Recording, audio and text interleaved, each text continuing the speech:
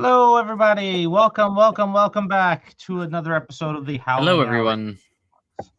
How is Hi. everybody doing this Valentine's Day weekend? Hopefully, everybody's having a good weekend.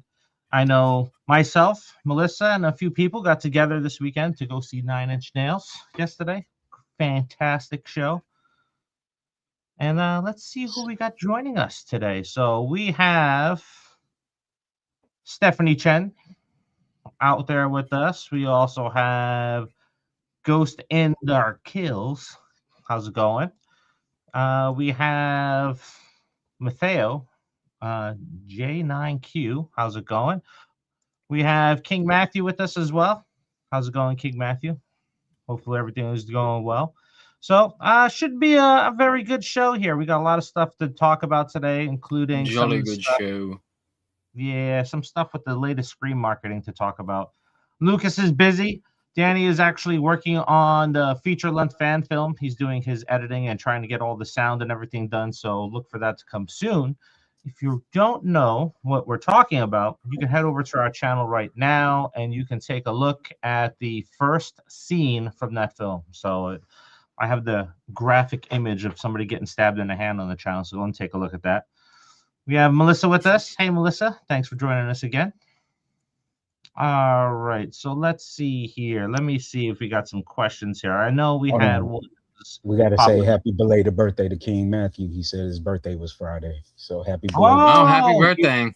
know what that means, right? So King I think we know what Matthews, that got means. something for you. Chuck E. Cheese for my birthday. Chuck E. Cheese for my birthday. Chuck E. Cheese for my birthday. Chuck E. Cheese for my birthday. Birthday. Chuck E. Cheese. Birthday. Chuck E. Cheese for my birthday.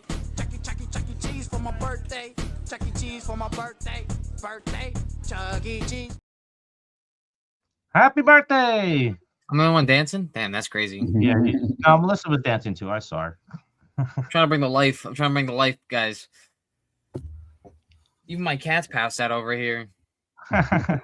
All right. So before we jump into our topics here, we have Ghost in the Dark Kills said he got his Scream 7 popcorn bucket when he went to go see Good Luck, Have Fun, and Don't Die. I got one too so far. Oh, I Also got I have- got it.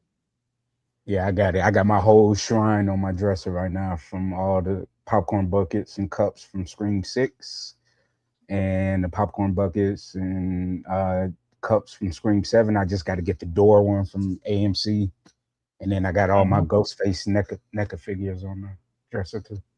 Yeah. It looks good. I like it. I didn't. The openings just keep getting smaller and smaller. You know. Yeah. You know. I guess you could put the popcorn in here and have it go into the head, but you can't get much popcorn in this thing, right? None of us use it for that. They're not for There are some popcorn. people. There are some crazy people out there that are using them for popcorn buckets. Yeah, the I people want who to know can how fit their you clean hand in that the back one. of it. Yeah, how are you cleaning this one? Because the bottom doesn't come off, so it's a complete A mess. brush. Yep. I'm not gonna do that. Alrighty, so we're gonna start off with the movie that we saw this week. Me, Noah, and Lucas. Lucas was looking forward to talking about this one today, and that is Gale, the Yellow Brick Road. So essentially, what this movie is about is Wizard of Oz. If you didn't figure it out from the Yellow Brick Road, and the director. Are we sure? Are we sure? Yeah. But, well, we'll get to that. So the director came on. I always love to see independent directors come on and introduce their films and talking about how the thing came about and so forth. So they made a concept trailer for this movie. The concept trailer is pretty scary. It's very good trailer. And then he was talking about the inspiration for the film is saying, hey, I wonder what happened to Dorothy after she came back from the Wizard of Oz, and that's what we're going to explore. Dorothy is really not in the film. So before I talk about it, Noah, do you want to go and talk about it, or do you want me to launch into it first?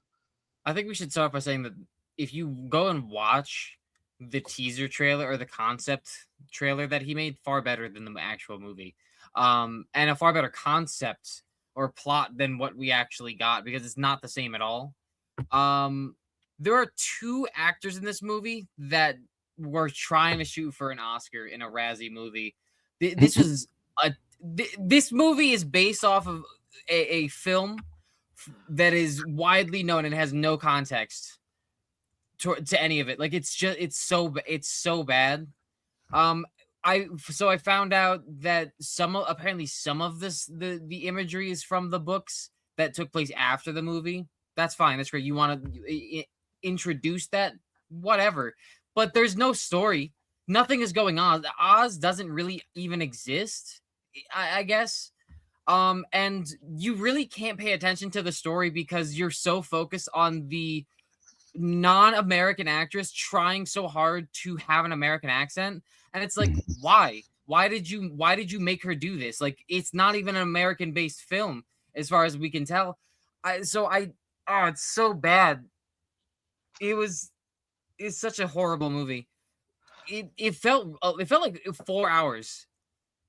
That was. So should I just stick to Return to Oz with Fairuza Balk? Yes. Remember that? Yes.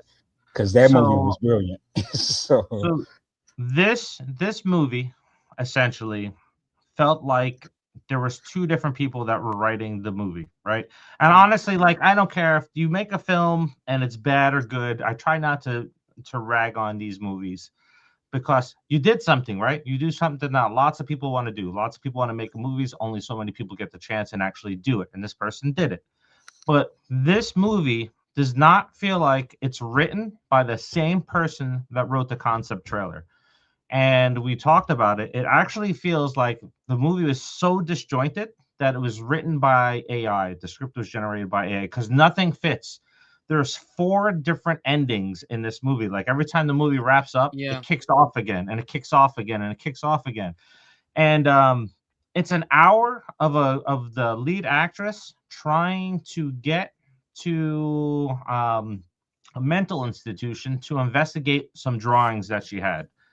And how I kind of pieced together that this is maybe an AI script is because there's Alice in Wonderland themes in this movie, not just Wizard of Oz. There's a giant clock, and there's some other things that hint at Alice in Wonderland being pulled into this. So the movie is an hour long of just a person trying to get to a mental institution, and then she finally ends up in Oz, and they start introducing characters that are there and never come back. Like there's flying.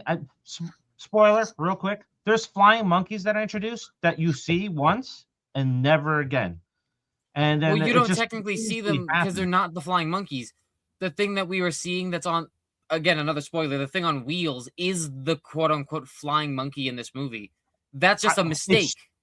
It's a big mistake because there's 3 of them in the woods and there's one that's on wheels. So I don't know what the hell they were doing with this movie because they introduced. So that's actually from Return of Oz and The Wiz. The monkeys on the wheels. That's from The Wiz with Diana Ross and Return to Oz.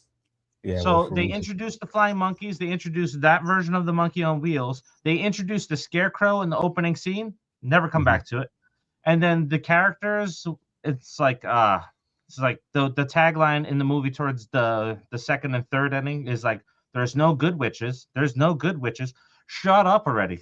Like, it was a movie that they tried to make a point about mental health in this, and they offended me with how they were trying to dive into mental health, is how bad that they did this story, because it just completely missed. It was really nothing about the Wizard of Oz in there. They introduced the Tin Man who looked like he had a bunch of pieces of boiled ham on his face and on his body. I was like, I don't know what the fuck is going on with this movie. And when we left, there was people coming up to us talking about it. It's like, I felt like I was at the theater all day. That was comments coming out of the theater. It was like, I felt like I've been at this theater all day watching this movie. And every time I felt I can get up, the movie started again. And it's just like absolute trash. So which is worse, this or The Strangers Chapter 3? I did not see Strangers Chapter 3, but I'm giving this movie 0 out of 5 stars because of it potentially being an AI script.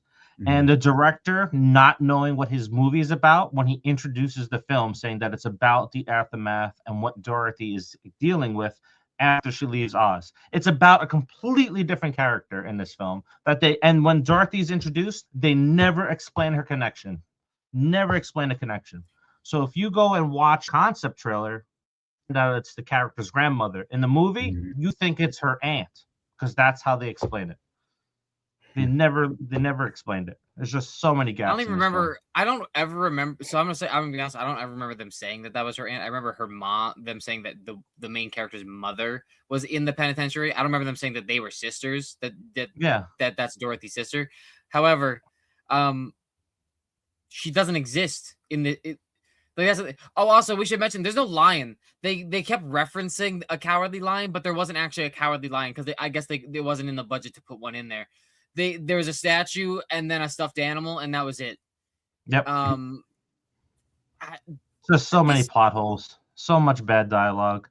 All right, let's take a look at some comments before we talk about our first topic after that. So imagine Killjoy Jake. Hey, we've had him on the show before. I'm trying to get him on for a live show, so maybe we can get him on in March. So comment on his channel, tell him that you want to see him here, and we can collaborate again. Let's see here. What else? We got Young Blade 7 with us. How's it going? We got the Destination Station with us. How's it going? Thank you for joining us. Wait, Destination Station, what? Scream 7, like Wizard of Oz? Am I not getting the references? No, we're talking about Gale, the Yellow Brick Road. Horrible movie. We got Scott Walker with us. Hey, Scott. Thank you for joining us. Nice to see you. All right, let's jump into our first topic, and that is the Dead by Daylight movie. It has been announced that Alexandra Aja, who is writing this, he wrote High Tension. He's written The Hills Have Eyes remake, P2.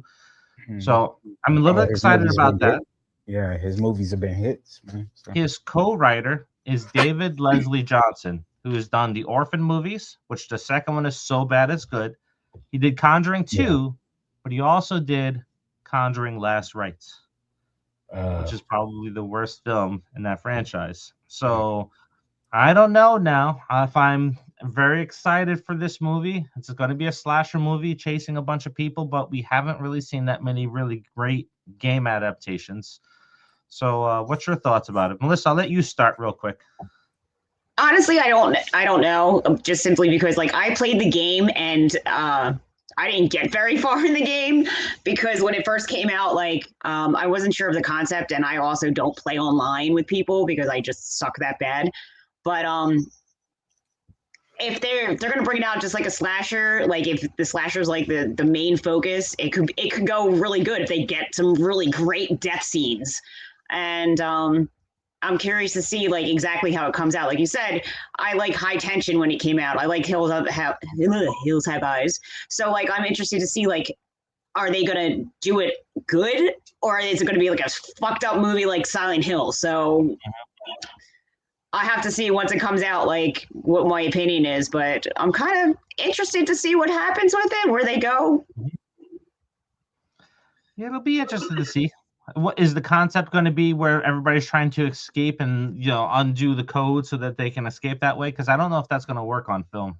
No, what's your thoughts? Well, so I mean, the game is just for survivors trying to restart generators using quick time events to restart them, and the killer has to stop them from doing so by attacking them and then throwing them on meat hooks, and then some demon thing from up top like grabs the survivor and takes them. So other than that, there's really not much story to it. So I would think it'd be interesting. So it'd be what Marcus has said it before, but it'd be interesting if they did a TV show, because I'm thinking about it, if you're gonna do something with the movie and make it original, go into maybe the backstory of the different original killers, because there's a couple of them that they've made that are original.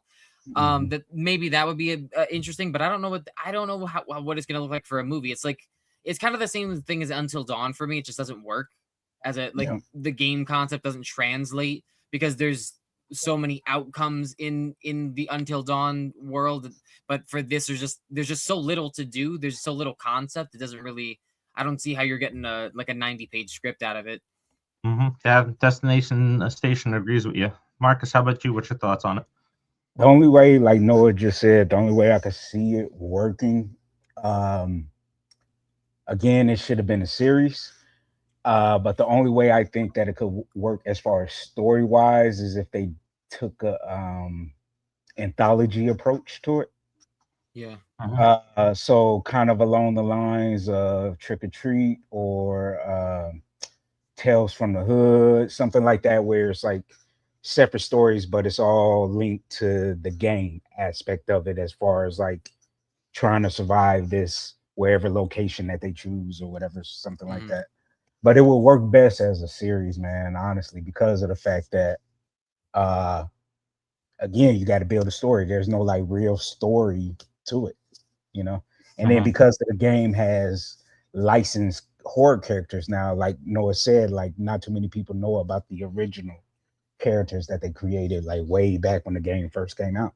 Nobody remembers them. You know, like whoever plays with them, honestly, because they always are releasing popular characters that they get the license to. So honestly, I don't know how it worked, man. Like it's again, like everybody is saying, it might end up being like Until Dawn, which was crap and which was disappointing because I love that game so much. So I don't know, man. I don't see how they this can't could even possibly get work. they can't even get the adaptations right with story-based video games. Resident Evil, yes, but also Return to Silent Hill was fucking terrible. That movie made no sense at all. It was nothing from that movie other than like the character names were connected to that movie, to the story. It was that was terrible, and that is a story-based game. Like there's plenty of story to swim in for that, and they chose nothing out of it. So I'll say this: when it comes to video games, Fallout was smart to turn it into a series. Max Payne, they're bringing back Max Payne. They're turning that into a series because the Mark Wahlberg movie was crap. So I think they're starting to learn their lesson. So I think Until Dawn should do the same really thing, good turn too. into a series. Yeah, but I hear that there's Last of Us season 3 is a giant mess that they're recording right now. Yeah, so I was so disappointed with season 2. Yeah, I was so disappointed with season 2, man. Is season 3, and it's not even the actors; it was just the story itself and how they try to rush it. Season 1, the first game should have taken 3 seasons. That's how I felt, and the second game should have been 3 seasons. So it should have been 6 seasons total of both games, man. And they're rushing. So is season 3 even based off of? Is it like the second half of the game, or is it just its own story? It's picking up. It's picking up from where I always forget the bad girl's name. What's her name? Damn, I forgot the characters' names already. But you know, she let her survive in the little theater room, and she was like, "This is me being." Oh, okay, I gotcha. Yeah. It's picking up from that. So it's going to be a time jump. Like the second Remember, game. because they were like a few years older after that moment. Yeah. So yeah, it's going to be a time jump. Like all right. Well, let's move on. So this is closer to our Scream conversation. The other cool, exciting news out there is that Evil Dead Wrath has been announced. So it's a new Evil Dead movie that was just announced. We haven't even gotten Evil Dead Burn yet, and we already got another announcement that Evil Dead Wrath goes into production this month, and then Evil Dead Burn drops in July. So the only thing that I know about it is that it's writer-director Francis Galupi that will be working on this film here. So he's just he's done some minor things, but nothing major to call out. Now, what I like about this is that Sam Raimi is actually going out there and looking for up-and-coming directors to go in and direct the new Evil Dead films, because I know Damien was in the running for doing that for a while because he had a meeting with Sam Raimi a while back. So I don't know why he didn't pick it up, or because maybe he just wanted to concentrate on Terrifier 4. But so I don't know. I'm excited for it. Evil Dead's probably one of the best franchises when it comes to all-around film quality, because they're all still hold up today. But I just want to see a trailer for Evil Dead Burns already before I get excited for the next one after it. The only thing I know about Evil Dead Burns is what's his name from Wednesday, and he was in Daredevil Born Again season 1. He played Muse, but the one that plays what's the creature that Wednesday they had a relationship from season 1, and then he tried to kill her in season 2. That character, yeah, he's in Evil Dead Burns. I like him as an actor. He's a good actor. But that's all I know about it. I just wish that they would have capitalized on what Evil Dead Rise set up about the 3 different Necronomicons.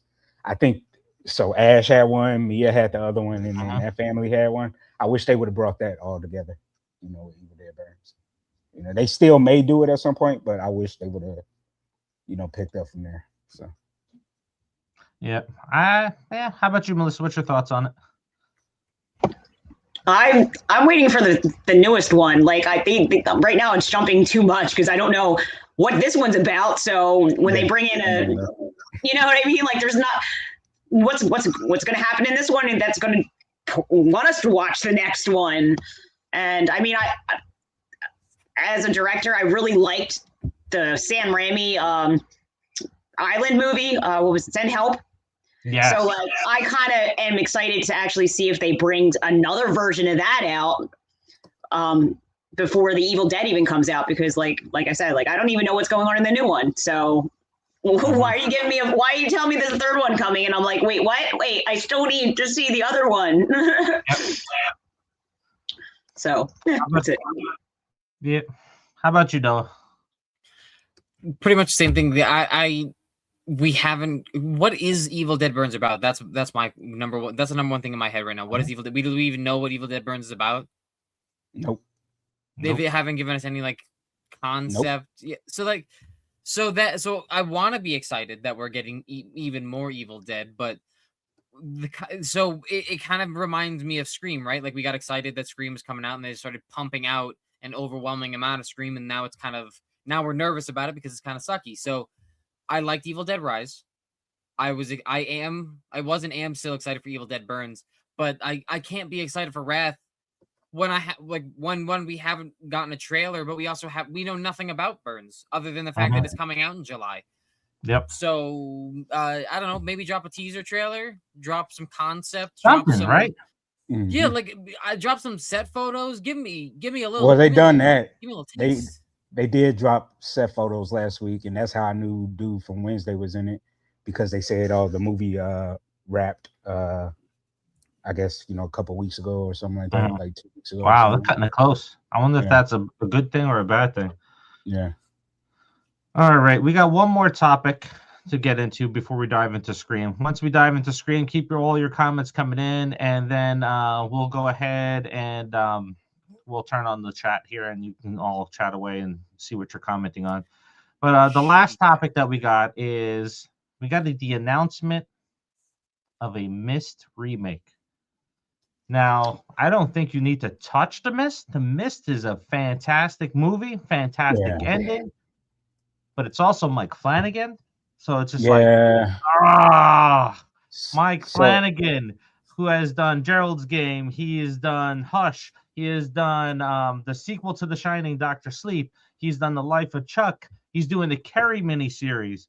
And it's just like, I don't want you to touch The Mist. But now you tell me Mike Flanagan's doing it. So that's why I got high hopes, because I mean, like, he rarely, if at all, ever misses with his project. You know what I mean? So, but at the same time, I said, okay, how else can The Mist be improved upon?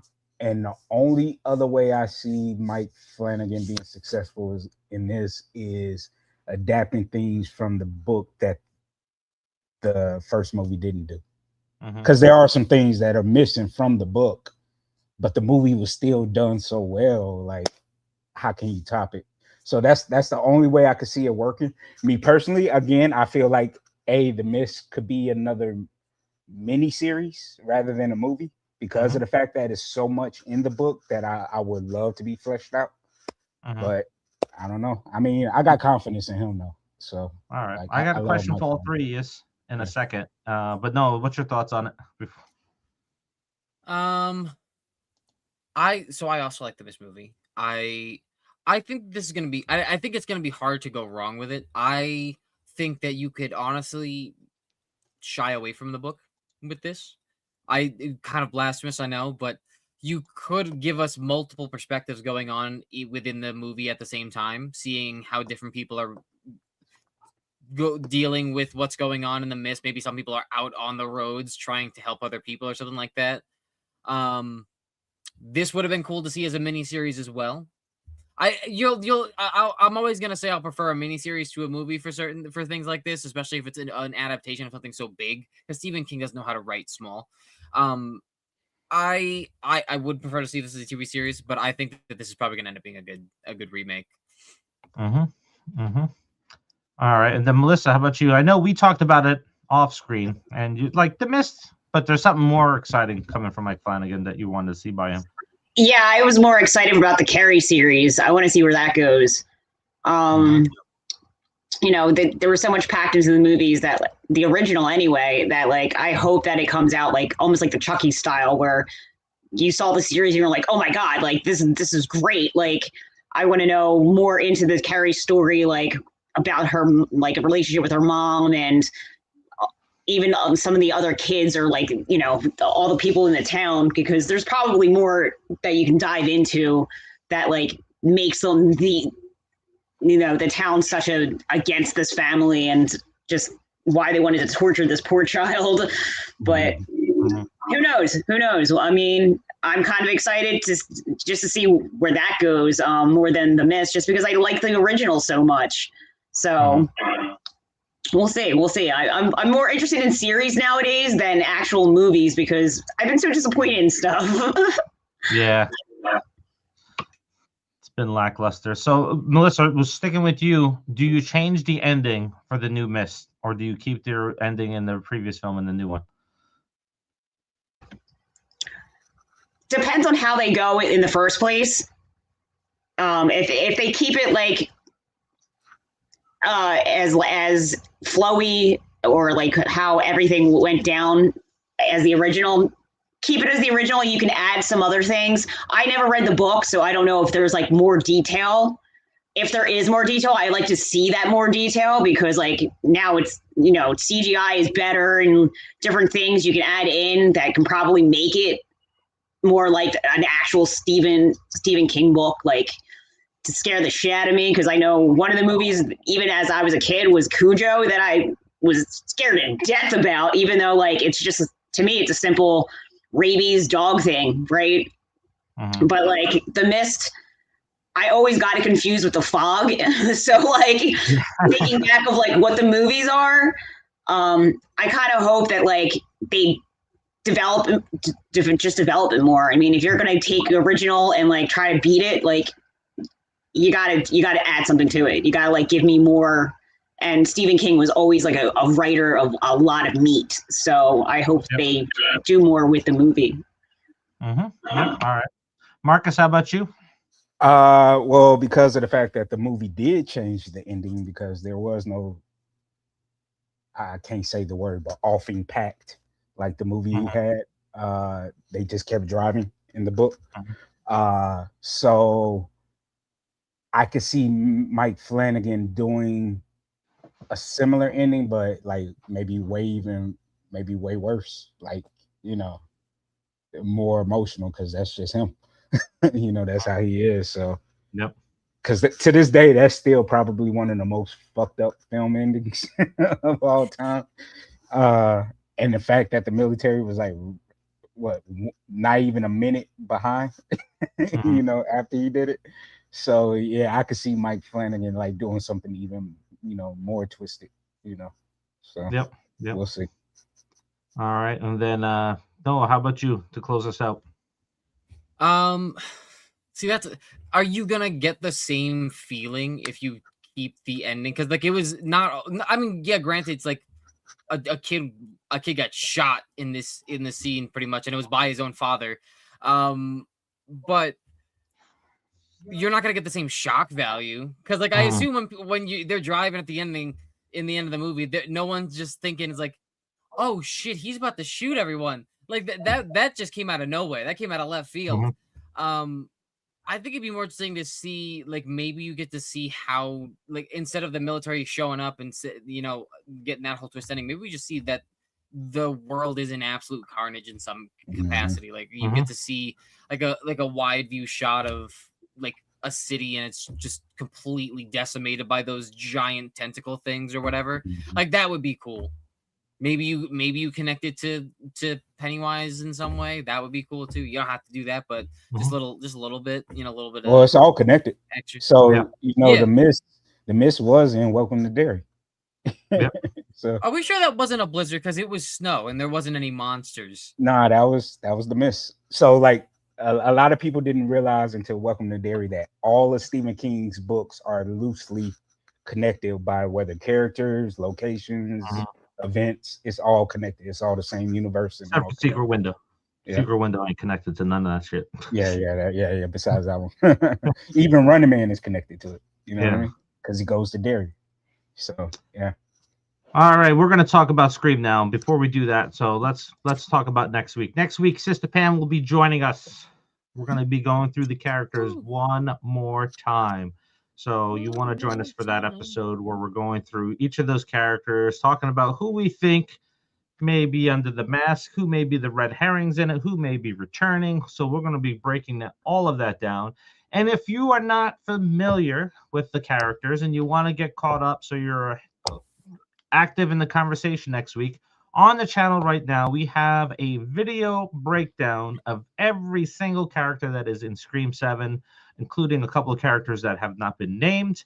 We even talk about Carl, the escaped mental patient that is in the movie that may be setting this up to be like Halloween Kills. God hope us all if it does go that route. So definitely go and take a look at that video and learn some of the characters so you can jump into the discussion and let us know what your theories are for that. Also, don't forget our store. We have the All Aboard the Stu Train shirt. So hop over there, pick up that shirt, or Stu's Lives, or Stu Dot is a dead shirt. So you can check out all those cool things that we have in our store. Now, we're going to talk about Scream. There is one comment that I want to talk about real quick because I find it kind of funny. One of our subscribers was watching our Stu's Clues video that breaks down every single movie in the franchise and all the clues that point to Stu still being alive. And he commented out and called out, it's like, hey, Dave, how did you pick out a line that they're using in one of the trailers a year ahead of time? So there's a line in that video that Ghostface says because the whole video is done in Ghostface's voice, where he says, every call, every death is connected. And I guess it popped up in one of the trailers. So I was like, oh, yes, fantastic. And it's like, it could be a coincidence. But then Sister Pam had Paramount Studios send her a Valentine's Day card with Ghostface's voice in it, wishing her happy birthday. So the people over at Paramount or Spyglass have been paying attention to some of these channels. So I think it's kind of cool. Also, make sure you give us credit for it stuff, man. Don't just be taking our lines and our theories and then be using it for yourself. But let's go ahead. Let's turn on the comments. Just like a pack of socks or something. Paramount socks? Yeah, send me something. Yeah, I'd be fine with that. All right, I was going to turn on the comments, then it blocks Marcus's pretty face, so we're not going to turn on the comments today. If we have another person, and then we'll do it. But let's go ahead and talk about the first piece of Scream news that came out this week, where it's an article dropped with Kevin Williamson talking to Empire Magazine, where he says this movie doesn't really have that meta goal. So this is going to be a movie that doesn't have that meta feel like we've seen in the other films.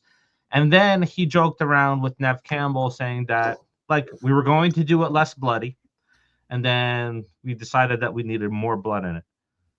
So those two comments make me a little nervous, right?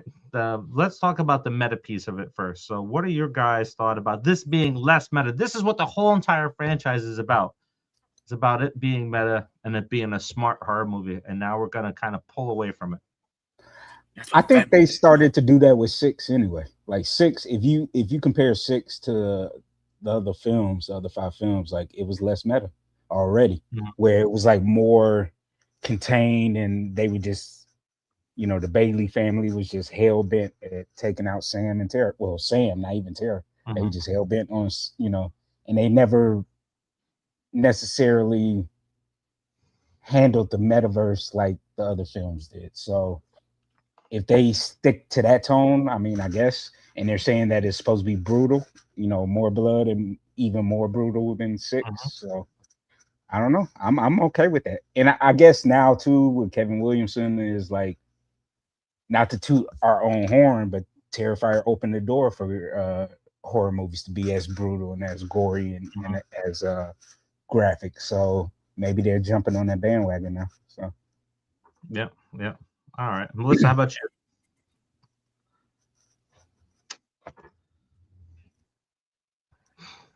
Everything's going crazy. Well, for me, first off, what does meta mean? I don't understand. So if we go back to Scream '96, the best summary of it is Randy going over the rules of a horror movie. So it's them being self-aware that they're in that situation and having characters in the film that represent us talking about the horror movies and stuff like that. So that is the meta concept. Right, but they've been doing it for what, six movies now? Can they like deviate from this now to like make their own version of meta? I think that's Stab. Stab is really like their own version of meta in it too. So, no big loss for you, right, Melissa? What? No big loss for you on that if they take that piece out. I mean, I'd like to see it more bloody. I can't lie. Like in a horror movie nowadays, if you don't see blood, especially a Scream movie, it's not a Scream movie. I hopefully like I get some good deaths or something that's going to make me like be like, okay, that was a little extreme. Yeah, but I don't know. I'm curious. I want to know where it's going to go. I want to know what's coming up because every horror movie that comes out now is trying to push a different envelope, and Scream's been around for a while. I grew up with it, so I'm curious to see where it's going to go and how many more they're going to get out of this. Yeah, we'll talk about that in a second. No, how about you? Less meta? You good with that?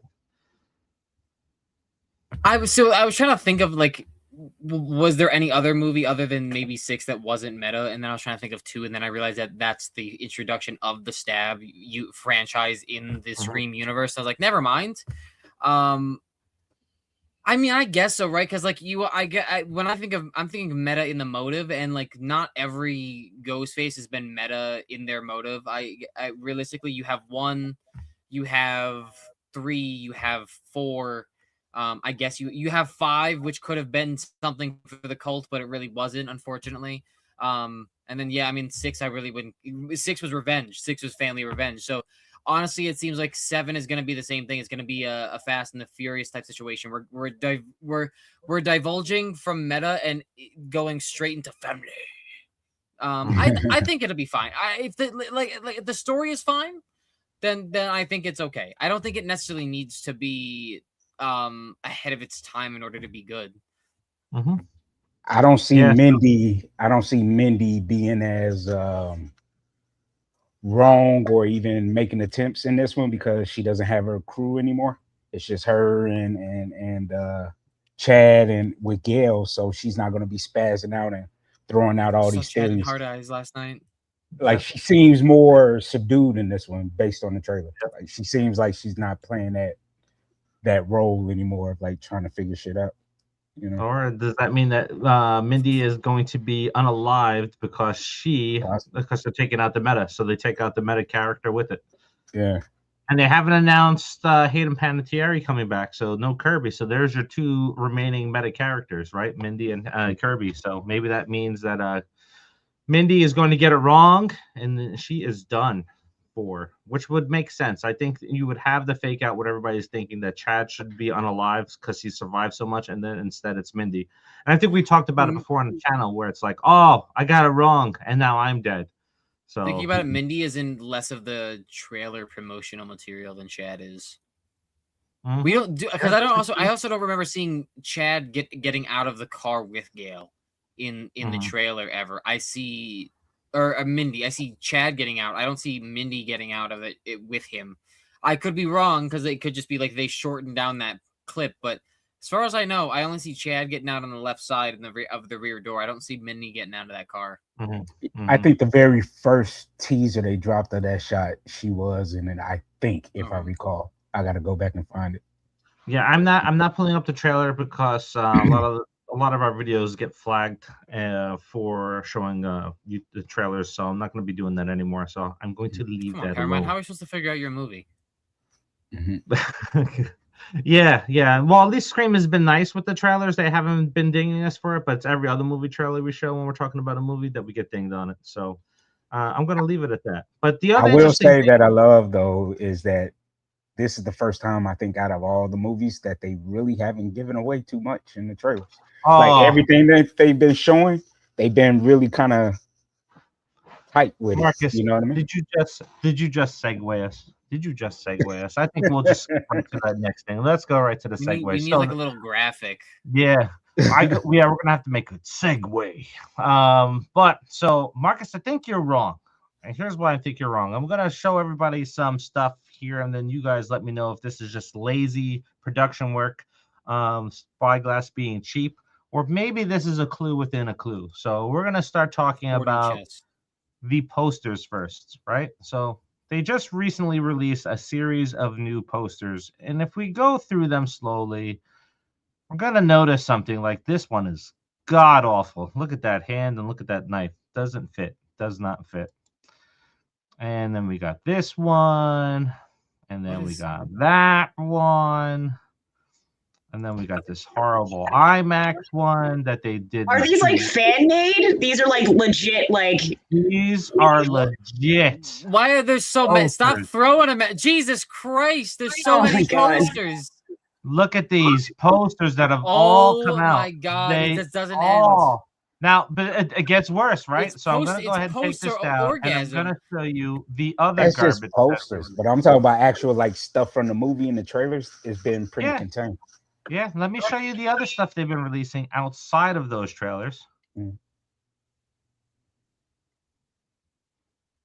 Look at that garbage.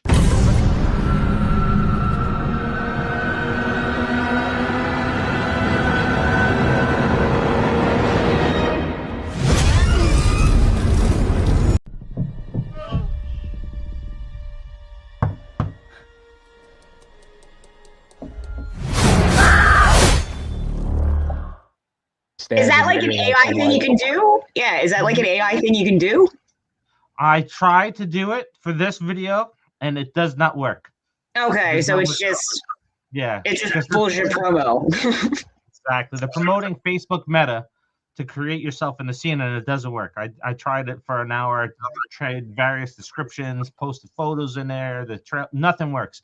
But everything that they're releasing promotional wise now is AI generated. AI generated posters, AI generated reels and clips and stuff like that. So what I'm wondering, is it a hint within a hint to get us ready for this? We see a 3D pixelated Stu Macher who is supposedly going to be talking to Sydney on a phone, and that's his face. Now, if we take a close look at this, we see that there's scars there. It looks like he's Freddy Krueger. So is the hint with all of this stuff that they're putting everything out through AI, because it's really going to be AI in this film? So, no, you can go first this time. What do you think? I think that it's gonna you're all wrong, and it's actually gonna be a MODOK situation. He's gonna load his subconscious into a box TV. The very thing that killed him is what has brought him back to life, and now he's taking over the technology. I honestly don't know. All of the AI shit just pisses me off anyways. So I care so little about what this could possibly mean. I don't even what is that little pixelated eye clip from? Is that from another trailer or something? No, it was just a picture that I saw online that they were saying it was a picture of Matthew Lillard. Okay. But whether it's from the movie or whether it's like maybe one of his other projects and they just put that picture up there, I don't know. Like, yeah. Listen, we can spin the tale. I can listen. I'll go back to the days before Conformity Gate, right? I'll spin the tale that these guys are actually doing something smart, and they're overloading our senses with stupid shit, so we are thrown off by what's actually going to happen in the movie because of Matthew Lillard's return being leaked, and that was being unintentional. However, what I think is actually going to happen is we're probably just going to be disappointed like every other one. Like, it's going to be some random killers that are not going to matter to the overarching story of Sydney, and it's gonna suck.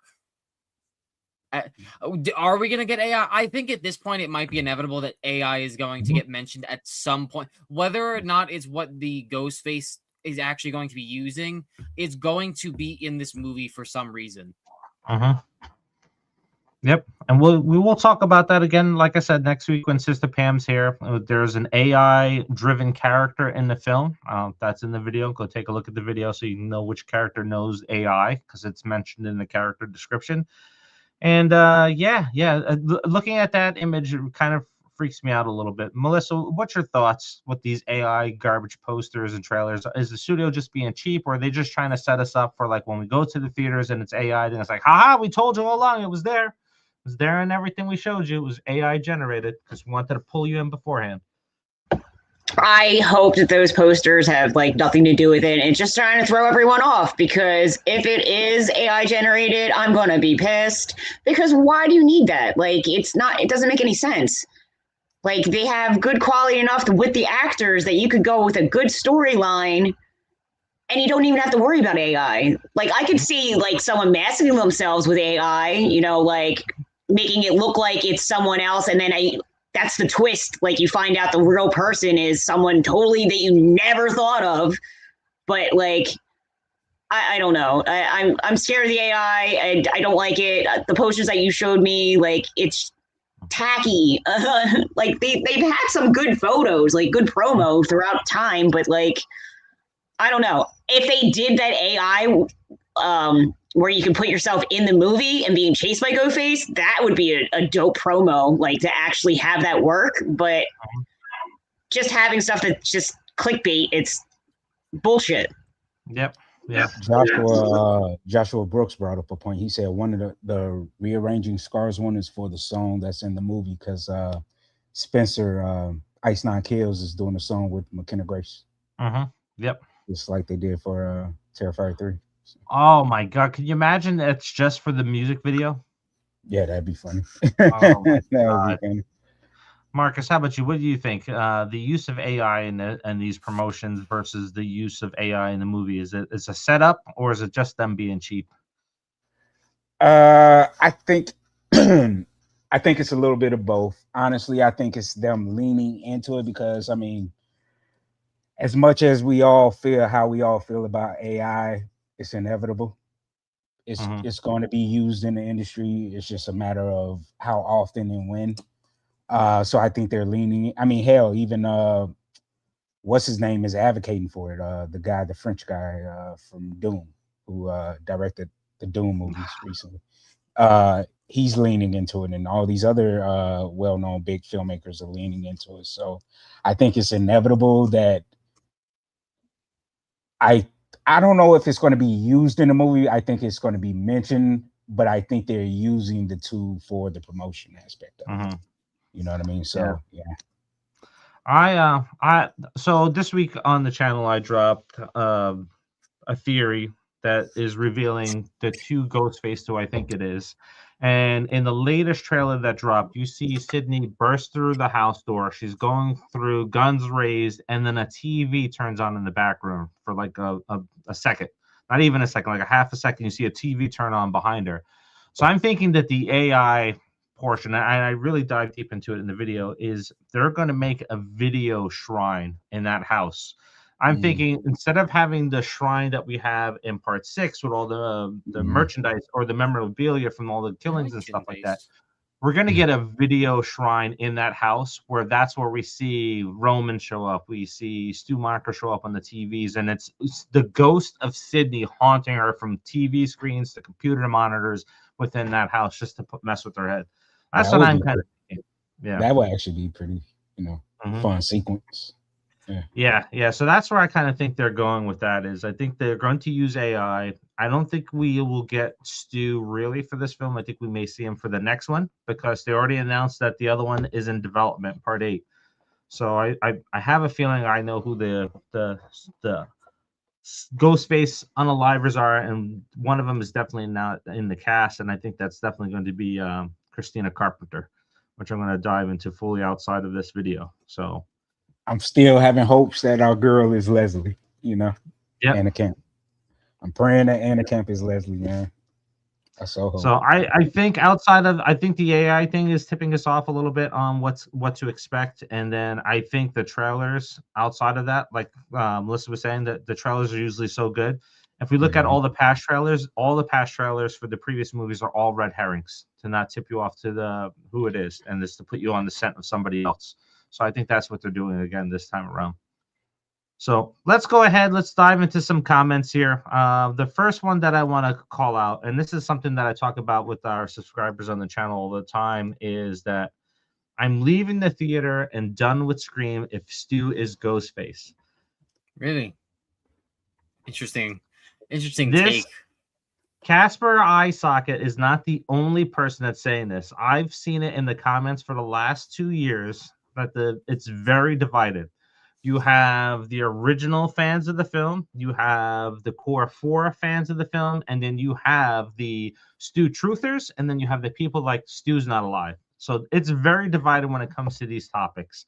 So this just kind of presses the point where I think this is going to be the most spoiled movie that weekend when it comes out, because people are going to be pissed off if it's Stu, and people are going to be pissed off if it's not Stu. So it's going to be everywhere. So have you seen his interview? His last interview he did with Aldous Hodge. He was promoting Cross, because he's in that show Cross on Amazon.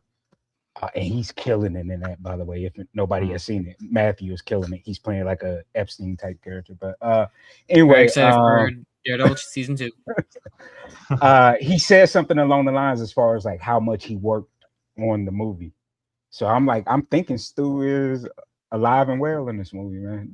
Based off of that interview, So here's a question. So if he is alive and this is like a family type movie, what are the chances that we find out Stu has a kid and is now the new Ghostface?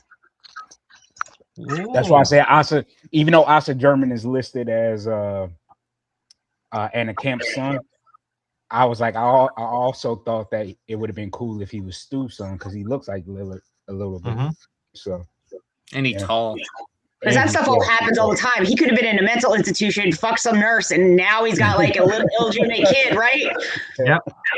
And now that kid knows the history and is like, I need revenge for my father because they put them in the mental hospital. So like, you never know. He could have twins. He could have twins even. That would be like even funnier. Yeah, and if you think about it too, like the pictures that you see on the wall in the trailer, they're held together with thumbtacks and stuff like that. There ain't no way that's in the mental institution. Who's giving sharp objects to mental patients, right? Or to hang on their wall? It's not happening. So that's definitely not going to be in the mental institution. So I agree with you there. It could be a kid, or it could be like here we got I want it to be Stu's sister, Anna Camp's character, and then she likes, hey bro, and Stu walks out too. So that'd be very interesting. Cool. Yeah. Yeah, the family dynamic would be great, but you have to have Stu in it. Honestly, like if you're like if Anna Camp is Leslie, and regardless of who Asa Germain's like whether he's Leslie's son or Stu's son, it's far more interesting if Stu appears at the end and it's all three of them working together. Like I think that would be far more interesting than just like, oh, we're doing it for him instead of with him. All right, let's see what else we got going on here in comments. And again, man, like I said, my fingers crossed for Asa, man, because the way he plays Sam in Gen V, dude, perfect Ghostface, man. I think he's a red herring. I think maybe. I'm excited for the boys. You got the fresco. I'm thinking maybe Robbie Rivers has something to do with the AI over Asa German's character Lukas. Lukas is supposed to be Anna Camp's son in the film, so I'm thinking that's where a red herring is going to be. I think Robbie Rivers, the person that is like Gale Weathers in this and has a lot of control over what's being said, I think maybe he has something to do with it. King Matthew is saying that he likes the new Scream 7 poster that is inspired by the Scream 1 poster with the face on it, only it's Sydney's face. That one's a good-looking poster. That's the one that AMC is giving out to everybody, I think. Yep, Cinemark too. I'm kind of jealous because we're going to probably get a crappy IMAX poster here at the Regal, and I'm going to be pissed off about it. All right, let's see what else we got going on here. Yes. So Justin says this well. I'm okay with Stu or whoever as Ghostface as long as it's written well. I think Say we've all with me, been saying this everybody. for a while. Yeah. Sam. All right, go ahead, man. Go down that. You started. Open the door. Go with it. Oh, I just want Sam to be in the movie. Dude, Yep. right? Jude agrees. Make it a written well movie, and then anything will work. All right. So this one here, this touches on something that we have up on the channel as well. I think Kirby was a Ghostface in Scream 6 as well, but just not working with Detective Bailey and his kids. She was working with the killers at the beginning of the movie. So Destination Station, go and check out the two-part video with Stu's motive and Kirby being his accomplice. I think you'll find all the dots connected in there for you. But we've talked about this a couple of times. So no, how about you? I see you're nodding your head away. So Kirby is the accomplice in this movie or the last movie, and now she reveals herself in this one. Well, so that's the thing, right? Like if she's in the, if she was, there was something going on with Kirby in 6 that felt kind of off. And we kind of collectively came up with the great idea that she's working with Stu in New York at the same time that they're and so I disagree with her working with the kids in the beginning. We think that she was working with Stu to kill them because we think that they're kind of working together to end or burn it all down, all the Ghostface copycats, which would be great because then you have Stu in 6. He's in New York at the time, so you have the additional Ghostface where they need to be, even though it doesn't matter because only one person dies. But also you have him in New York to kind of retrieve that mask for us for this movie. Billy's mask. I'll go on the tangent before I switch over to Marcus and Melissa on this one. So I'm thinking it is Stu in the opening scene taking out Greg and Jason, right? Because the line is like, who gives a fuck about the movies as he comes down, and then we go to credits. It makes sense that it would be him in that scene there because Detective Bailey is on duty at that time, and we know where Ethan and Quinn are at that time. So him being in that room makes perfect sense. And that's where the aggression comes in, where he's coming back to take out the entire cult. And then Kirby being the accomplice is Kirby's the one that's connecting all the dots for him behind the scenes. It's like, hey, we have a splinter group of Ghostface here. We have Sydney here. So she's kind of helping direct him to where he needs to go and getting the information that he needs. But what we have talked about is that in the one scene at the end where Detective Bailey comes in trying to out her that she's off the force, and she comes in, her personality switches because she's afraid for what's going on there because she's trying to figure out the situation. And then you see her get a look of anger when she outs Detective Bailey as being a ghost face. It's like, oh, she knew. So they kind of maybe have turned on each other at that point because Detective Bailey could have gone rogue. And then she's like, oh, you fucker, you're going to out me, I'll out you back. So I thought that was an interesting thing. And then the one thing that nobody's really dove on, and one of the subscribers on our channel called out, which I knew his name, but who called Kirby at the police station? Right? They made that in there. It stuck out like a sore thumb. So like, did maybe Stu was calling Kirby out of that session there, and she had to leave the meeting. So I think there's a very strong possibility that you can make her into a ghost face, but you can also, cash in on it and just give us a TV show where Kirby's investigating Ghostface killers. So I think that would be really good. Melissa, how about you? What's your thoughts on it with Kirby being a possible Ghostface in the last one? Well, I kind of like that idea that like it could have been Stu that called her and she left, and like they're connected in like some aspect of the movie. Because if Stu was alive and he's in the psychiatric hospital, he's not getting out easy. So he definitely needs accomplices to be the puppet master behind the scenes.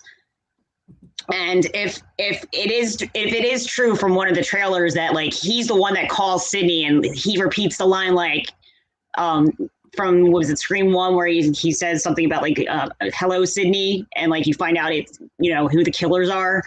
So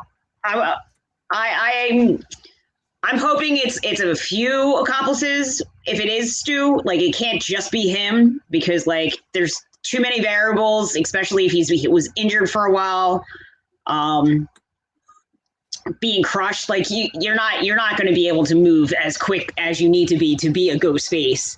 But if you're orchestrating how to kill people and what to do, you have a higher chance of like being the puppet master and getting stuff done and then double crossing them at the end for all you know, because they didn't live up to his expectations. So interested to see what happens in 2 weeks. Good point. Now, Marcus, before you give us your point on here, Destination Station followed up with her head wound was in the same place where Chad hit Ghostface with the camera. I was about to comment on that though too. Yeah. So I like the idea of Kirby being a potential Ghostface, and it would work, you know, if they retread that and said, "Hey, this is what was happening in 6." And I do like the idea of if it were Stu in the scene that took out Jason and his roommate, because of the fact that when Bailey said, "Who gives a fuck about movies?" that just counters what he said about helping Richie and putting the shrine together for Richie, you know, at the end. Fantastic point. Yeah. So that obviously you do. All right. So I mean that would have made sense for it to be Stu, but then Melissa brought up a point like, hey, if Stu was in an asylum and that's where he was locked up, it's next to difficult getting out of there unless he served his time, you know, totally. You know what I mean? So I don't know, but I would love the idea if it was Kirby and Stu. That would have been cool. As far as the injury though, her injury, that's an interesting point, except Quinn had the same injury too when she unmasked herself. I think so. Like, I think she was like bleeding at the corner of her head too when she took off the mask, if I'm not mistaken. Because I think she was the first one that got rocked by Chad with the camera. And then that's when Ethan came along and stabbed him. You know, when it revealed, you know, it was both of them stabbing him. So yeah, I think she had the mark too on the side of her head. Let's take a look. That would be the only, like, it was like a trickle of blood. It wasn't a lot or nothing. It wasn't as bad as Kirby. Yeah. But I like the idea though, like if that was Kirby, you know, under there, but I don't think it was her. Well, this one's a drawing of it. Oh my God, there's so many paint renditions of her in it. Like there's not actual good shots of her right now. Maybe this one. Yeah, I'm gonna go back and rewatch the scene because I was gonna rewatch the movies anyway. The movies and the TV show. Yeah, we got to do some re-ranking soon as well. So and we'll have Melissa in there for the ranking too. So that may change everything up as well. All right, so then we got here. So we got Little Dig 24 isn't the actor that played Roman in Scream 3 credited as well. He's not on the poster. Matthew Lillard's name's on the poster and David Arquette's name's on the poster, but Scott Foley's name is not on the poster. But he did confirm in the Entertainment Tonight interview that he did film one day for the movie. He was on set for one day filming the movie. So he didn't say though. He didn't say to like what extent, but he said him and David Arquette were there the same day, and I think they were both on set like one day each. You know, so I know David Arquette having his name on the poster is crazy. Yeah, it's not like we haven't had Andrew Garfield and Tobey Maguire lie about not being in Spider-Man. Right. So we don't know. We'll find out. Let's see what else we got going on here. So we got Scott Walker going. I still believe that the footage, Sydney's footage of Stu is real, and I think he is alive, and the creepy voice is surprised Sydney. I think it's the real thing, not AI. No, I definitely think it's... I definitely think it's him. Like, they got to tie him in somehow.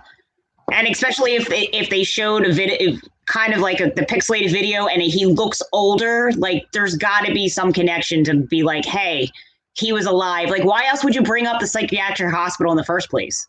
Who else would be there that would connect any of the movie franchises? Yep. I agree. I like this one here. So we got Destination Station again. Ghostface should taunt Gail with Dewey's voice or AI before he takes her out. Yes, please end her. Please take her out. Nobody's a fan of Gail here. No. I would love her to pull a Drew Barrymore where she's in it for the first 5 minutes and then murked. Like, because Well, that that was was a opening scene. she's on a report because supposedly there's a ghost face in town, and she went to go report on it, and guess what? She's gone. Like, because like I said last time, her and Dewey were two of the great love characters of the series. Dewey is dead. What else has Gale have? To be Sydney's best friend? I mean, for a while they were mortal enemies because she was writing about all the shit that happened to Sydney's family. Yeah, and I think that's kind of where Kevin Williamson brought it back. Like you see in the latest trailer where she's interviewing Sydney on her show, and she's just going after Sydney. And it's like this is kind of the animosity that was in Scream 4 that the Radio Silence guys kind of threw away in Part 5, because in Part 5 they're kind of like friends. The 3 previous films of that animosity between those two characters disappeared, and now it's back. So it could be right there again. We got the original Ghostface going. Dewey simply is alive in the sense that Randy Meeks, who died in Scream 2, was alive in Scream 3. There's a video of Dewey while he was still alive that they watch. That makes sense. Mm-hmm. That makes sense. So then I wonder, like, on this, based on this too, that could be like the same thing with Roman. Maybe Roman there's the Roman Bridger tapes that they find or something like that, and they do some de-aging in it. So, all right, let's see what else we got on here. Oh, I saw this. King Matthew asked about the Timothy Oliphant interview. I just saw that one too. That would be. I mean, Mickey is my favorite Ghostface. I would love if he came back in some fashion. But all right, I'm all the way behind in comments. So here we go. What's y'all's thoughts on Timothy Oliphant's recent interview where he teased possibly returning? Oh my god! Plus, you know what? He's one of the few Ghostface that didn't get shot in the head. Yeah, I think he's You know what I mean? So he got shot like. We're Yes, just 50 Cent got shot 9 times. 50 Cent got shot 9 times and once in the face. Like, come is on. he 50 cents? I don't think he's 50 cents. 50 cents survives on pettiness. Like Mickey could survive to a couple bullets to the body, man. Come on. He's like 90 pounds soaking wet. That dude's like he looks like me. He's a cardboard box. He's like this big. Well, it would make sense because the breathing apparatus that we hear Ghostface sit up with would then make sense because he got shot several times in the chest. So he would need help breathing, obviously. But it's like everybody's season they're going to be back in this movie. So it's like, see, I think it's going to be really funny. We're going to go watch the movie and we're going to find out the reason that he's wheezing is not because of a breathing apparatus, because he got the wind knocked out of him. So he gets up in that scene. He's just like, that's going to be the scene. And we're all going to be wrong. Yep. Here's a good point. So Colton 01V has called out that the Shrine in 6 didn't have the sweater Stu was wearing when he died. That's right, because his body was swapped. He left with that sweater on. I didn't even notice it. That his sweater wasn't in there. Yeah. The only thing that's in there from Stu is the smoking jacket and the TV that has the hole in it. Mm-hmm. So if in our videos when we're doing our Stu's Clues, we prove that you cannot have a TV have a hole in it from hitting somebody's face. Well, did you see his he did another interview. He was like, man, I could prove it to you how many times those type of TVs, how many people, like Lillard himself was like saying like, I could prove how many times that my character as Stu could survive. Exactly. One person out of 174,000 people died, and it wasn't a teenager. Personally dismantled one of those TVs.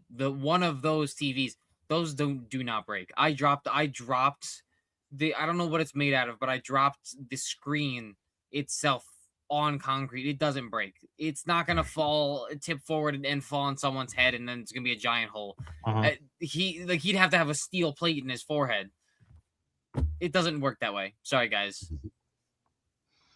I like this idea. So Scott Walker's saying that with his honest opinion, I think there was more than one Ghostface killer on the train. I know there are other people dressed up. What about the Scream 1, the $1 approaching Sam, and the others aggressively got off? Yeah, that could be true too. Well, I commented to him. That was just a random person that was dressed up. The one that was walking towards him and hurry up and got off the train. But I would have the other idea of but there was another Ghostface, not because Quinn was the one that was sitting in, and she started moving up. But there was another Ghostface on the train that I thought could have been like Stu or Kirby that they showed that was just like leaning up against the door or something like that, and it was just staring at them the whole time. It wasn't the same one that walked towards them and walked off. It was another one. Yeah, I honestly think that they really dropped the ball there. They should have had Mindy attacked by somebody wearing a different mask, or maybe the Scream TV series mask. Yeah, because that would have upped the Brandon tension James of that mask. scene, right? Any mask, and then of course you get Thanksgiving that just benefited from it. It's like, She oh, you shoulda didn't do it, died. I'll take it. Yeah, she should have died, but she should have. Also, who are we to believe stabbed Mindy on the train? It was Quinn. Okay. Yeah, it was Quinn. Makes sense, I guess. Yep. Let me see here. What if they find the camera Gale put in Scream 1 to find out about Stu? Yes, Funko Pop Collector. That's what I'm thinking too. The missing Gale camera. The one that was on top of the TV? Yeah. The Gale tapes. The Gale tapes, yep. Remember, she had a camera in 1, she had a camera in 3, she had a camera in 4. She has been ahead of the game with filming these for a very long time. Melissa, go ahead, Melissa. What do you got to say about this? I think it's going to be interesting. I mean, honestly, I kind of want to see that in a TV series. If they come back with like all the Gale tapes, like that would be a pretty dope seasons. Each one is a different series of like the versions of what came out of Gale's camera, and you got to see what happened. So I don't know. I like barely remembered half of the stuff that happened in the movies, and a fresh take, but the same quality could be very interesting. Yeah. I mean, if Gale's in charge, though, could you imagine? Like, if we find out that Gale's like the leader of the cult, she's on these like you see all these, because you said what 1, 3, and 4 or whatever she's filming. You have all these things pop up, and you see in these films that she has there, it's her choreographing and directing the Ghostface and what to do. That would be kind of cool. And then she walks out. Be kind of dope. It's almost like watching like a reality show. Like thinking that a reality show is reality, but then you see what actually happens behind the scenes. I'm still holding on to the whole because it was one of those posters or one of those promotional images they released kind of hinted at the idea of the actual cult. So I'm wondering if they still want to do that. Yeah, if they're still. There's the mural that was painted in California of the Ghostface sitting on the throne with the altar of candles and stuff around him. Kind of looked like Halloween, the Curse of Michael Myers with the Cult of Thorn, and that's what let me see here. We got Justin ND Sniper. I was hoping we get a flashback of Maureen's death scene, but I don't think they're going to do that either. That'd be interesting. Well, if it's Stu, I would like to see that. Yeah, if it's Stu, why not call it back, right? But then, are you just redoing what you did in Scream 3?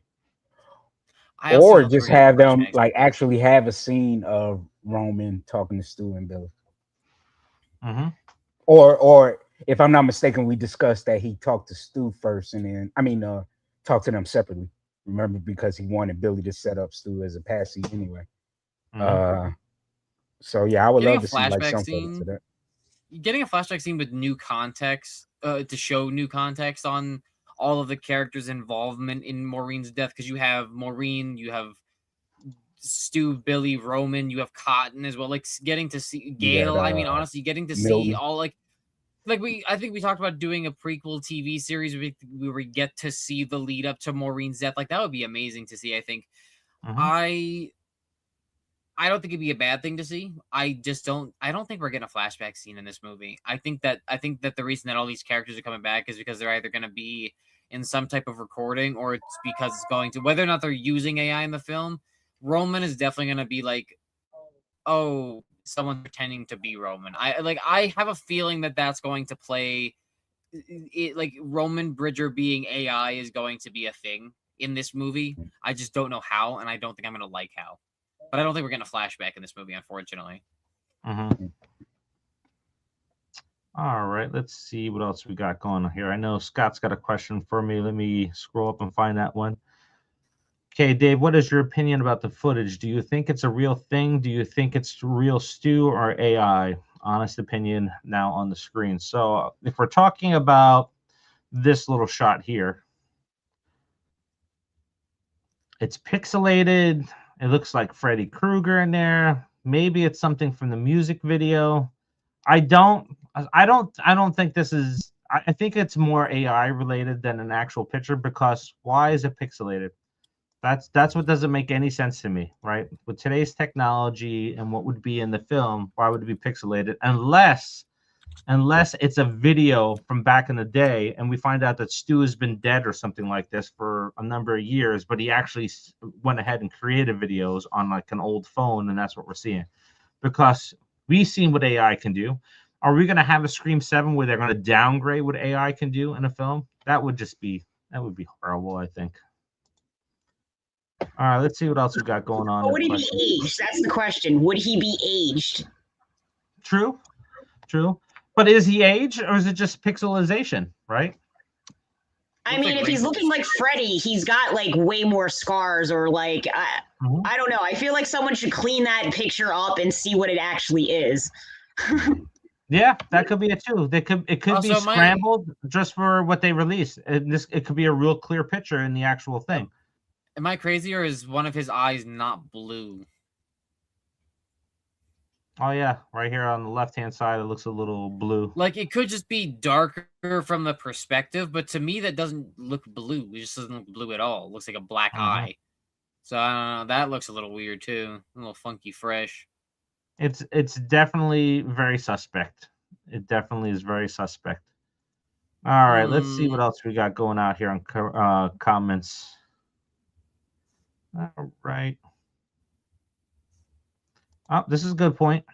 It's from dude 08VQ. There's only so much power that Kevin has with this film. In my opinion, it's still going to be 75% Busick story-wise. I think you're 100% right, because I think that's where early on we heard that there was a lot of issues because they wanted to stay very close to that original story, and Kevin wanted to change things. So it could be a little bit of a mashup like we saw in Scream 3. Mm-hmm. But no, I agree with Dewey that I think it's still going to be majority of B6. Mm-hmm.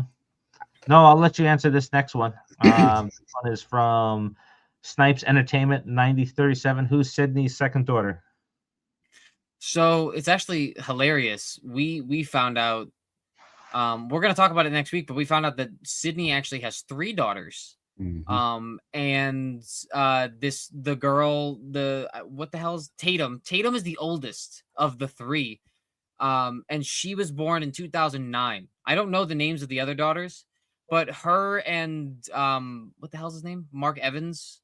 Mm-hmm. They've been together since 2009. By the way, Scream 4 came out in 2011, which means that so they've been together since before 2009 or beforehand. They had Tatum in 2009, and she was just never mentioned in Scream 4 for some reason. She was never, and they only, and here's the thing, right? Like they're going to play into the fact that they said that she had multiple daughters, but didn't specifically mention that she had 3 daughters or 2 daughters. Mm-hmm. You just assume that she had 2 daughters because you only saw 2 daughters. Here's why that's stupid. Because where the fuck would Tatum be at the time of day where she's running with 2 toddlers that are not old enough to be in school yet? But Tatum probably is 11 or 12 at this point. So where's Tatum? Where's the dad? Where's Mark? He would be in school, or he'd be at work. So none of it makes sense. She only had 2 daughters at that time, but they're playing into the fact that we just assumed wrong. That's it. I don't know who her other daughters are. They're not even in this movie, it looks like. So I don't know. And not only that, though, what's even sillier is that, okay, Tatum was supposed to be born before the events of Scream 4. She's supposed to have been with Mark Evans before Scream 4. But yet there's that scene of romance between her and Dewey on the couch when Dewey quotes her book and she starts looking at him lovingly. And he looks at her and he catches himself and he's like, nope, I gotta go. You know what I mean? So there's that one little moment. So I'm like, okay, I know people cheat all the time, but I was like, if she's supposed to be, you know, with Mark, and she's sitting here with the man that has saved her countless times, or you know, helped countless times, and she's, you know, in love with him. Like, yeah, it's just all over the place, man. And they're trying to retcon some things. Yep. Melissa, anything you want to add to that one? I mean, what are the chances, like, they're not her biological kids? Oh, very good. Interesting. Yep. Because she could have adopted. We don't know. Yep. You know? And that could explain why you don't see or hear about any of the other kids in the movies, and she's got 3 of them. Like, for all we know, maybe one is her biological kid, and the other 2 could be, you know, another killer's child or something. You know, I don't know. Trying to give out weird theories just to connect, like, the family of death. So yeah. I mean, we've seen weirder in movies, so.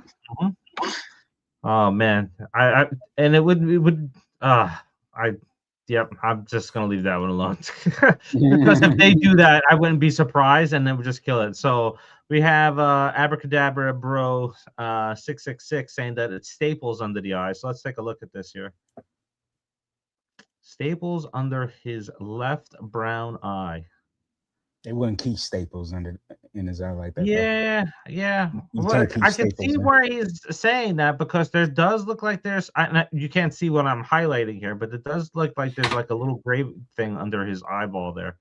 No, so, I mean, I see that. I think it's just a scar. I think it's just a keloid scar, you know, remaining scar. But yeah, you can't keep the jokes and the memes that are going to come out of this if he looks like Freddy Krueger. Yeah. That's what's gonna happen. Let's see. There's a wider picture of that staple. Find me on. Come over to the Nerdbox Facebook page and send me a link on that, so then we can pull that up on the next episode. So that'd be really good. So I actually have one question for the group. Oh, go ahead, Marcus. No, go ahead. Okay, so I remember I was like panning back through some of the old pictures, and what was the significance that there was always a girl with a blue eye and a brown eye in some of the old posters? Oh, great catch! I think that is. I never understood what that meant. Like, did Sydney have? Because Sydney definitely didn't have blue eyes. Who had blue eyes? Oh, the original poster. That's right. Yeah, I had to think about it for a second. Yeah, I think it's like it's Scream 1, Scream 2 had it. Yeah. I'm not sure if 3 did, but like there's a couple posters that you've actually seen that in a lot, right? So what is the connection of that in the Scream movies? I never understood that. Yeah, I never understood the whole what did they call it? Heterochromia or something like that? Yeah, like no one actually had that. I never noticed anyone having that in the movies. Yeah. That and it was basically always two characters that had that. Yeah. So I never understood that on the posters. And Stu's picture, if you look at it, the one looks like it's blue and the other one looks like it's black. Yeah. So is that a connection, or is that just like something that happened when they made that picture? That's an awesome Easter egg, and I would say it'd be a perfect connection for Scream 2, because then that's where the cult is first mentioned, because of the online activity that was happening in that. That's how Nancy Loomis found Mickey, through the online community. So that would be a fantastic connection. Man, great Easter egg that you caught there, and possibly a fantastic clue. I wanted to respond to Justin real quick, because he said Dewey being in a relationship with Sydney would be too weird. I always felt like it wouldn't have been weird, because I mean, you do have those relationships where sometimes where, you know, a person who's younger, I mean, because granted, he's only like 5 years older than her, something like that. No, 7 years older than her, because he was 25 in the first movie. That's right. And so everything that they've been through, I mean, that's common, man. Like, you know, somebody falling in love with their best friend's brother or sister or something like that. And then also, I always felt that would have been cool for them to get together, because they easily could have set up Gail being a ghost face back then. Because Sydney has always been the bane of her existence. She always has been jealous of Sydney, and Sydney technically was like the downfall of her career at the time when, you know, Sydney was on the book tour and Gail wasn't working at the time. Yep. You know what I mean? So I think it would have been a cool dynamic if they would have got together, but at the same time, it would have been better if Dewey and Deputy Hicks got together and Wes was his son in Scream 5. Yep. You know what I mean? That would have been a better relationship, him and Judy. You know? Yeah, I did take a look. Tatum does not have blue eyes. She has dark brown eyes. King Matthew makes a great comment here. I mean, Stu looking like Freddy Krueger is pretty ironic since Freddy's sweaters technically appeared in Scream 1 in that scene with the janitor. Yeah, that was Wes Craven. Yep, that was Wes Craven. Original Ghostface has how long before Scream 8? This definitely isn't the last Scream. You're correct. So Scream 8, we talked about a little bit earlier, that is in development right now. So the rumor is that this is going to be the first Scream where we have a cliffhanger ending to bring us into 8. Go ahead, Melissa. I was just thinking, don't we see a trailer where Ghostface comes out of a burning building? Yes. Not his house. Yeah, his house. Yeah, the monster house. Couldn't that be reminiscent of Freddy Krueger getting burnt in the actual incinerator? Yeah. Maybe that picture is something like after, like maybe that picture could even be something that happened after that scene happened, for all we know. Like, that's a good point. We have a melting mask in a few of the posters too, right? Mm-hmm. So is there 2 Ghostface in there? One gets caught in the fire. That's a great point. To come back to this question though, real quick. So how fast? I would think they were going to probably try to shoot for it to be a year apart, because that's typically what Scream does. Is they go for 1 year gaps, but then they run into problems. So like the reason why Scream 3 wasn't a year directly after that is because they had the problems with Columbine happening and having to change the idea. And then they brought in a new writer and they didn't like what the new writer did. So they brought Kevin Williamson in and to kind of oversee, and they had Wes Craven trying to get the script back together.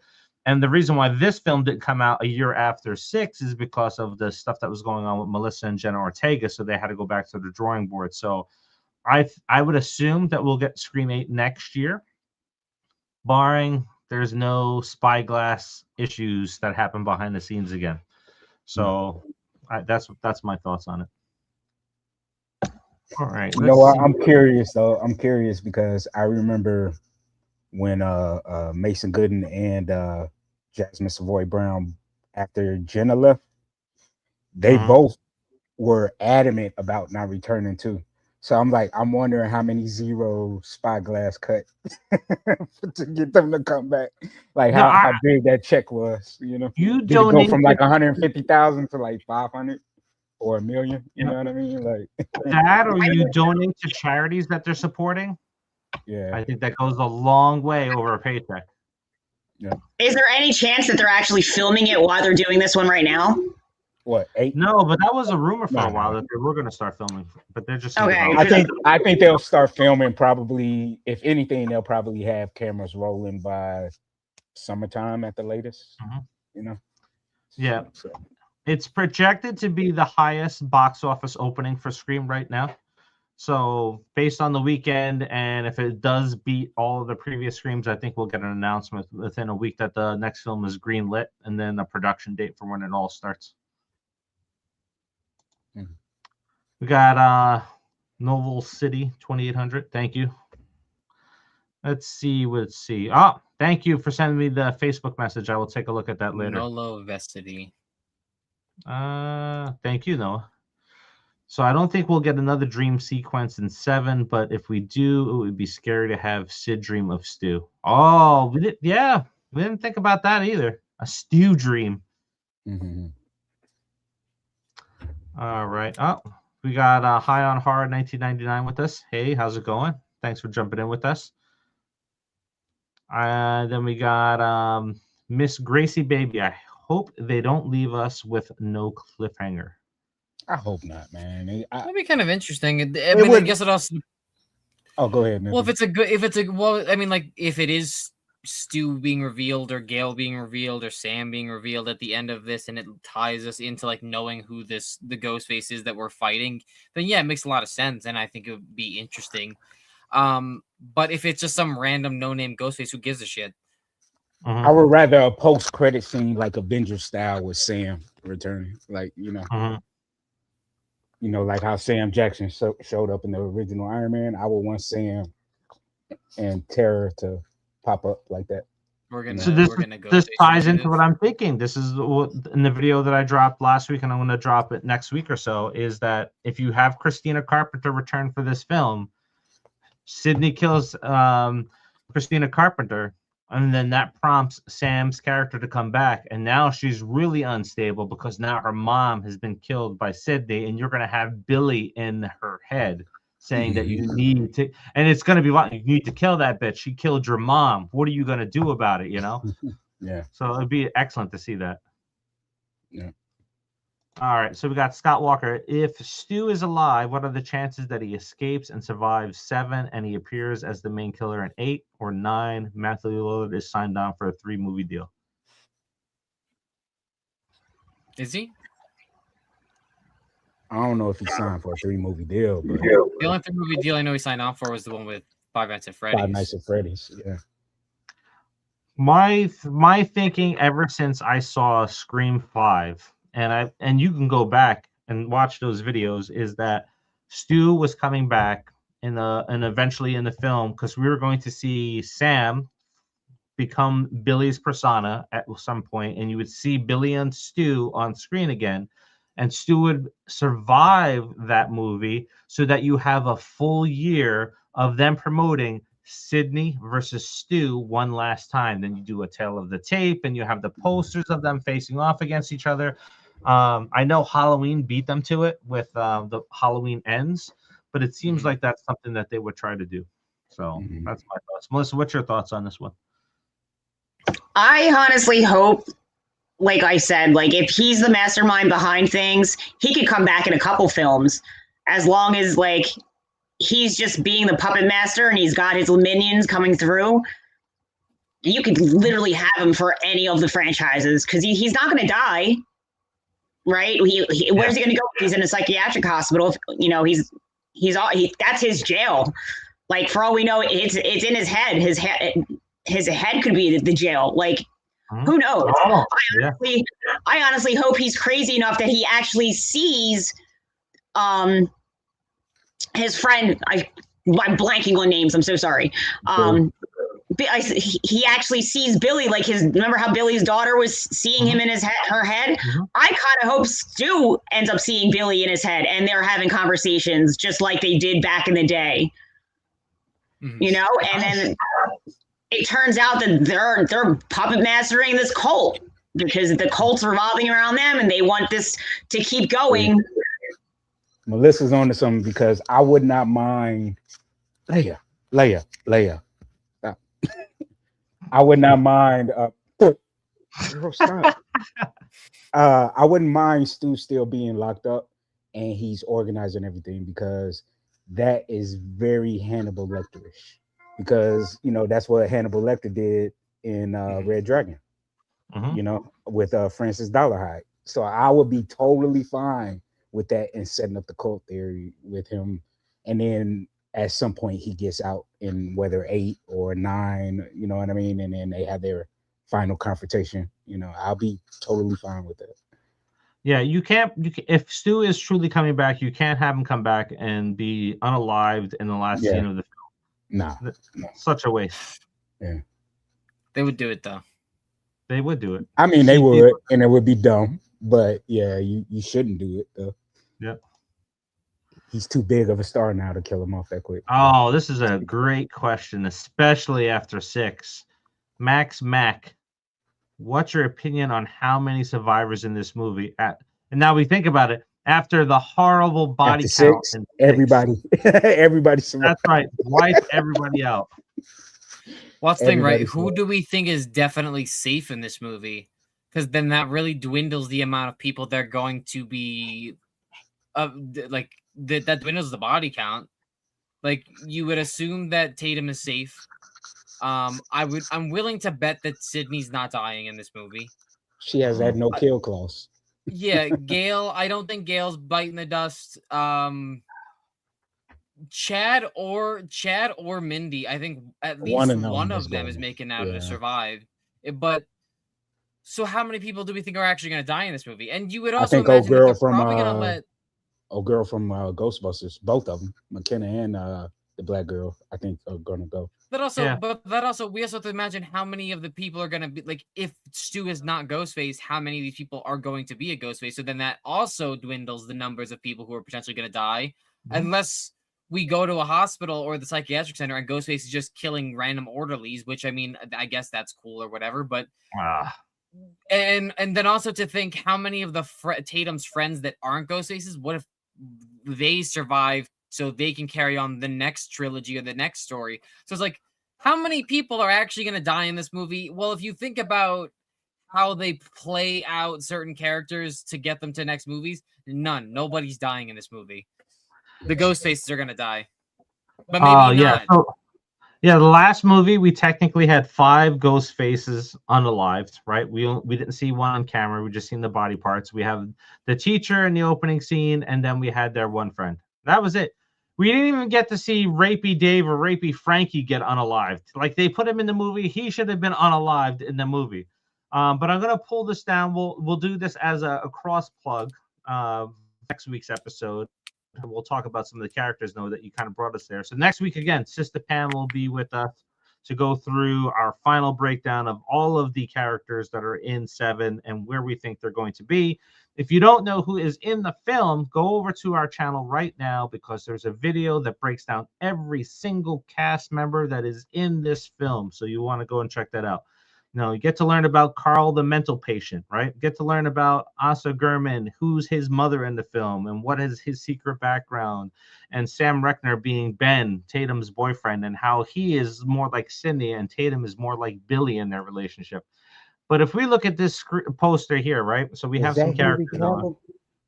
No, that's not. Yes, it is. You know what? Yes, it is. It is Henry Cavill. That's Henry Cavill from the Sherlock movie. Yeah. That's Timothy Simmons. He looks just like Henry Cavill, just skinnier. So he gained some weight on this. But if we take a look at this poster, when we have Tatum's friends, so we have Tatum's friends being Celeste, and we have McKenna Grace, we have Sam Reckner. Asa is not one of their friends. He's just a creepy neighbor down the street. So he's the outcast of the group. So if we look at this here and think who is possibly dying out of this, I would say there's got to be at least 5 people that I'm thinking are dying right off of this poster. Okay, so and also notice Courtney Cox has the blue eyes. Oh, okay.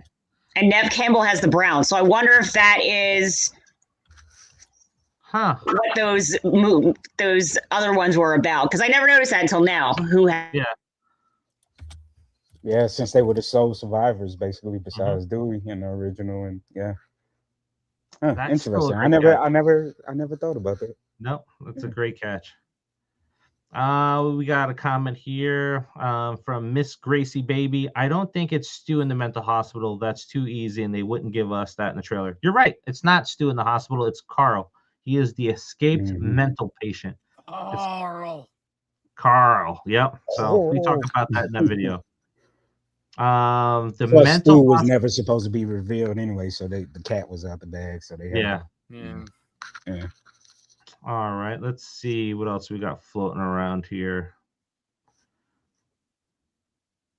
What's our scoop on Ethan Embry's character? So I don't have the full details because so if you guys know, Critical Overlord is a YouTuber out there that has a lot of inside track on a lot of films that are being made out there. And me and him talk on the side occasionally about Scream and other films. Sometimes we swap information just to get answers on certain things.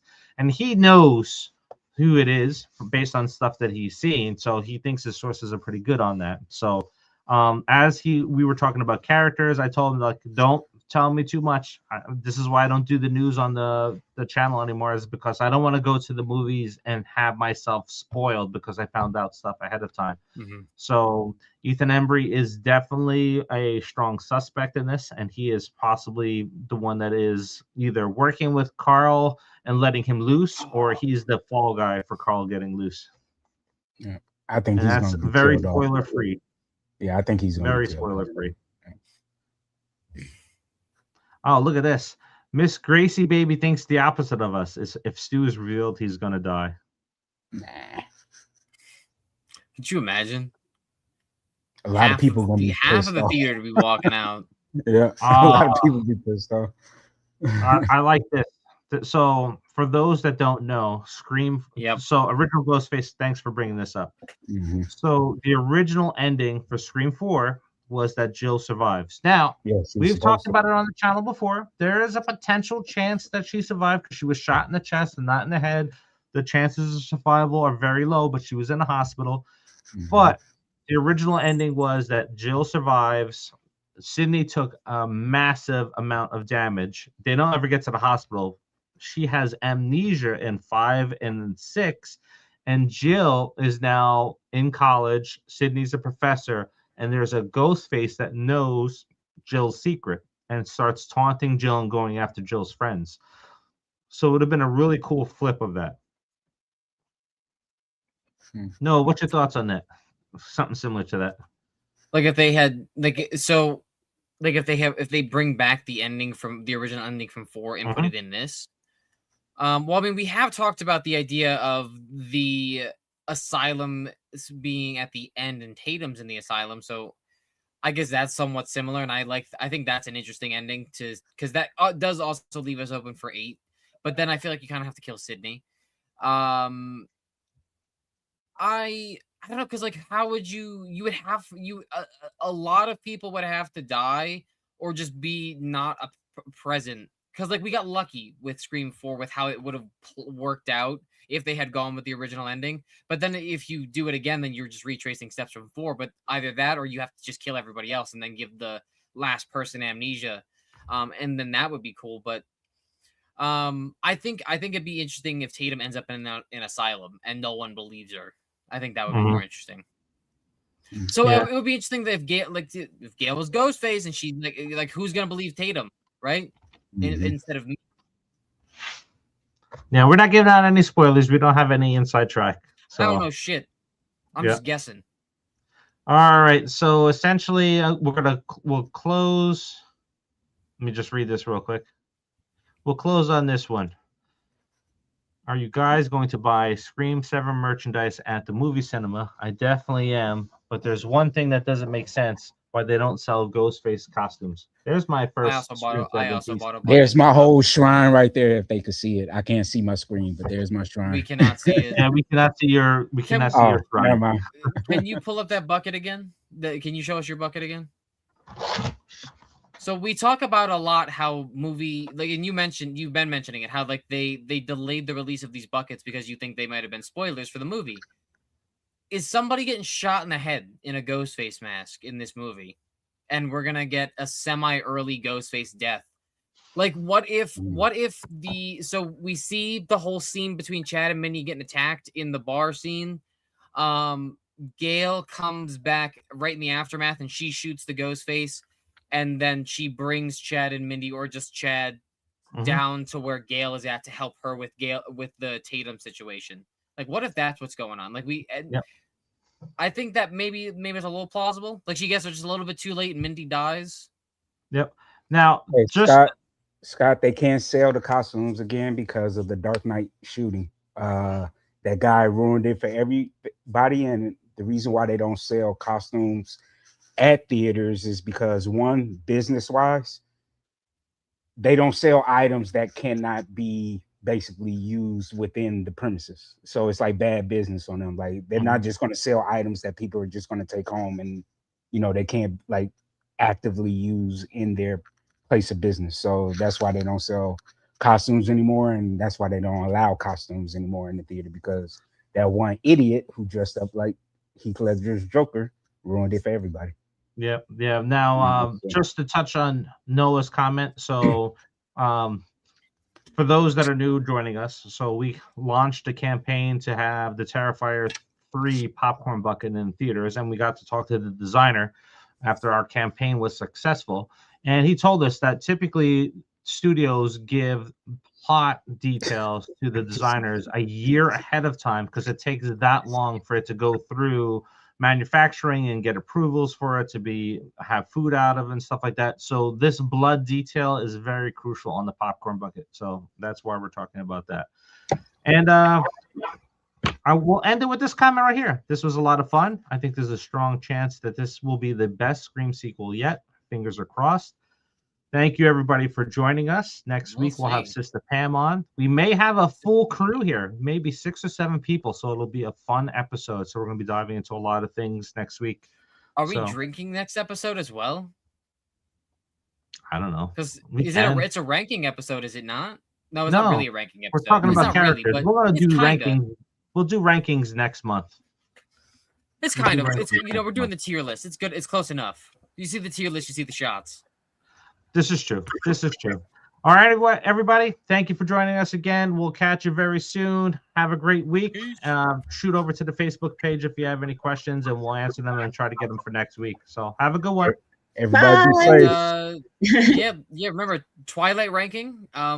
As always. I thought we were getting away with that one. Nah, we doing. Hey, Noah the and I Masked going Singer to do did something Twilight, for man. Twilight. You're not getting away from it. Twilight's in its Noah renaissance and I era.